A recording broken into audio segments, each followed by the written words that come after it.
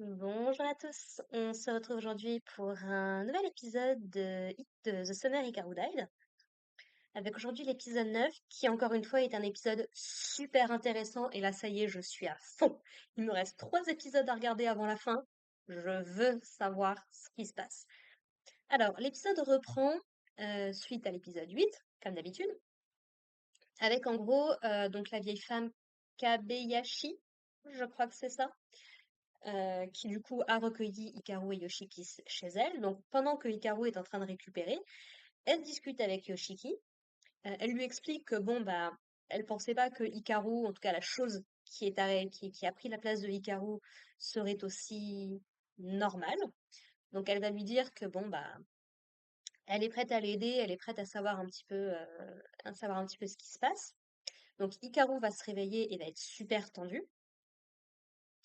Et globalement, ils vont discuter un petit peu. Donc, on va apprendre que, apparemment, Hikaru est une sorte de paratonnerre. Si vous savez pas ce que c'est un paratonnerre, c'est une espèce d'antenne qui attire les éclairs à lui pour éviter que ça parte un petit peu partout. Donc, en fait, Hikaru, quand il était dans la montagne, servait à attirer, en fait, toutes les impuretés qu'il y avait dans les environs dans cette direction. Et depuis, visiblement, que Hikaru n'est plus là, n'est plus dans la montagne, bah, en fait, elles ont commencé à se répandre un petit peu partout et c'est pour ça qu'il y a autant d'impuretés, autant de problèmes en ce moment dans les villages. Donc, ce qu'elle va également nous expliquer, c'est que donc les impuretés sont les esprits des morts, des esprits tout simplement, qui du coup donc vivent dans leur propre dimension, dans leur propre monde, mais que parfois il y a des espèces de petites fissures dans la barrière qui sépare les deux mondes, ce qui permet aux impuretés de venir et de causer des dégâts. Et donc elle, l'un des personnages va l'appeler une médium, c'est un petit peu ça en fait, c'est qu'en fait elle est capable de repousser ces impuretés, de les renvoyer dans leur monde et un petit peu de colmater les fissures. Mais elle n'est pas toute puissante, elle n'est pas capable de juste se débarrasser entièrement des impuretés. Ce qui fait que si jamais il y a d'autres fissures qui apparaissent, les mêmes entités peuvent se retrouver dans notre monde à nous en fait. Donc voilà, donc Hikaru agissait en tant que paratonnerre. Par contre, elle ne sait pas, elle n'a pas de connaissance visiblement sur ce qu'est Nonuki-sama, cette fameuse divinité qui est à la fois vénérée et crainte. Voilà, donc elle va leur demander un petit peu ce que les deux veulent faire. Donc Hikaru, il se dit, bah moi concrètement, je comprends pas toutes ces choses-là de la vie. C'est pas mon délire, j'ai pas été fait comme ça, mais je sais que c'est quelque chose auquel Yoshiki tient énormément. Donc si c'est quelque chose qui est important pour lui, et en plus, comme j'ai réussi à trouver un endroit où je me sens globalement plutôt bien, plutôt à ma place, malgré tout ce que ça entraîne, bah, j'ai envie de protéger à la fois Yoshiki, mais également le reste du village et les personnes que j'ai rencontrées. Yoshiki, lui, de son côté, il explique bah, qu'il a déjà décidé qu'il resterait avec Hikaru quoi qu'il se passe, que voilà, il veut quand même protéger le village, donc il veut essayer un petit peu de mixer les deux. Donc Madame Kabayashi va décider à leur dire, bah écoutez, on va élaborer un plan ensemble, moi je suis de votre côté, je suis là pour vous, donc on va trouver on va trouver quelque chose à faire. Voilà. Tac, tac, tac, tac. Donc par la suite, Yoshiki va se rendre seul dans leur ancienne base secrète, même si Hikaru va finir par les rejoindre. Et en fait, il va ériger une petite pierre tombale en l'honneur de Hikaru et j'ai trouvé ça vraiment touchant. C'est presque comme si enfin Yoshiki acceptait la mort de Hikaru et commençait à faire son deuil. C'est très très compliqué, surtout que bah, il a une version d'Hikaru qui est là avec lui. Mais voilà, il lui dit bah écoute, tant que l'autre il est là, personne ne te pleurera et en même temps moi je ne t'oublierai pas. Cette scène, du coup, fait écho à une scène qu'on a eue au tout début de l'épisode, qui nous représente un petit peu la mort du père de Hikaru, où on les voit du coup au cimetière en train de présenter leur respect à sa tombe, avec Yoshiki qui est là également. Et donc voilà, Hikaru explique, bon bah, qu'est-ce qui me rend différent en fait concrètement de Hikaru, qu'est-ce que je suis et qu'est-ce que je peux faire en fait quoi. Et Yoshiki lui dit, bah écoute, Hikaru, lui, il avait un côté beaucoup plus adulte, beaucoup plus mature que toi, tu n'as pas. il savait faire beaucoup de choses de ses mains, ce genre de choses. On va évoquer les potentiels sentiments qu'éprouvait Yoshiki à l'égard de Hikaru. Il le confirme à demi-mot, même si je pense on le voit bien. Mais en gros, notamment le fait que Yoshiki, par le passé, euh, voir Hikaru dénudé, c'était quelque chose qui le mettait très mal à l'aise. Aujourd'hui, c'est plus quelque chose qui le touche particulièrement. Peut-être parce qu'il a foutu sa main entière dans le corps de Hikaru et dans cette chose qui est à l'intérieur de lui. C'est pas impossible que ça aide un petit peu à passer le trauma, si tu veux. Voilà. Mais Yoshiki lui dit, bah écoute, tu n'as pas besoin d'être humain, tu es ce que tu es, c'est comme ça, on peut pas changer les choses.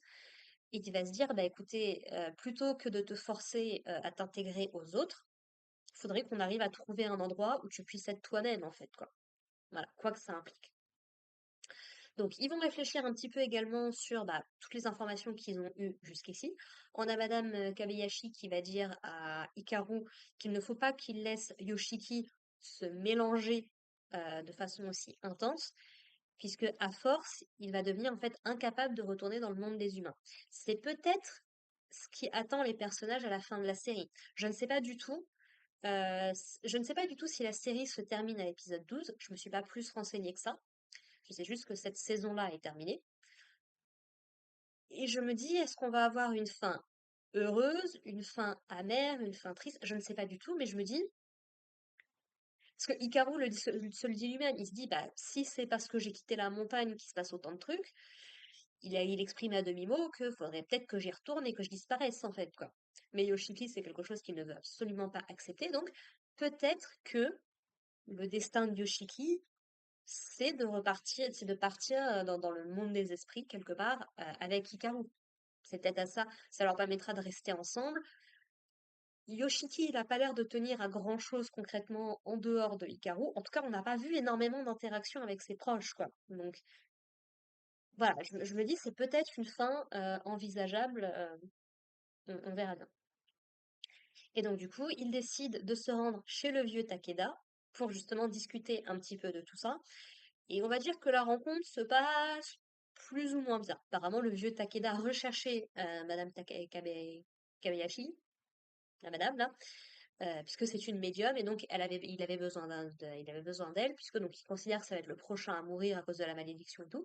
Et il va parler un petit peu du passé, notamment sur le fait qu'apparemment la famille Indo, donc la famille de Hikaru, a fait ou a demandé quelque chose de terrible par le passé, ce qui a peut-être responsable de la famine, en tout cas il précise ça comme la colère divine, et que depuis, tous les hommes de la famille de Hikaru grimpent dans la montagne pour s'excuser, pour accomplir un rituel, on ne sait pas trop exactement ce qui se passe, pour se faire pardonner quelque part du crime qu'ils ont commis par le passé.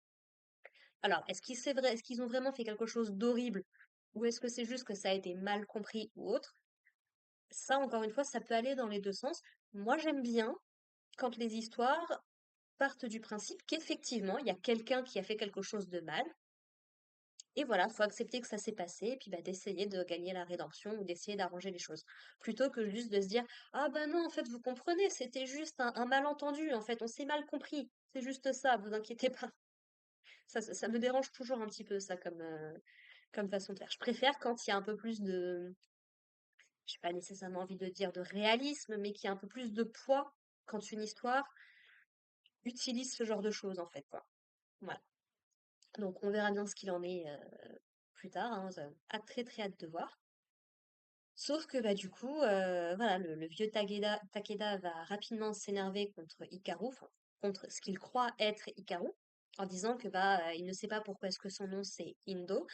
Je ne sais pas du tout, du coup, quel peut bien être le sens du nom de famille. Pour le coup, je ne sais pas du tout. Mais qu'apparemment, c'est en lien avec ce qu'ils ont fait par le passé. Donc, très hâte de voir ce que ça va être. Et en fait, il va se faire posséder par une impureté, par une entité, qui va les attaquer.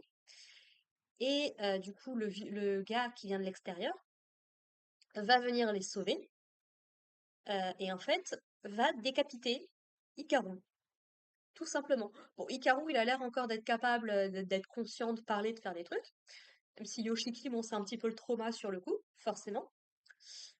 Et donc apparemment, Voilà, donc ce mec-là cherchait Hikaru parce qu'il a probablement compris un petit peu tout ce qui se jouait par là.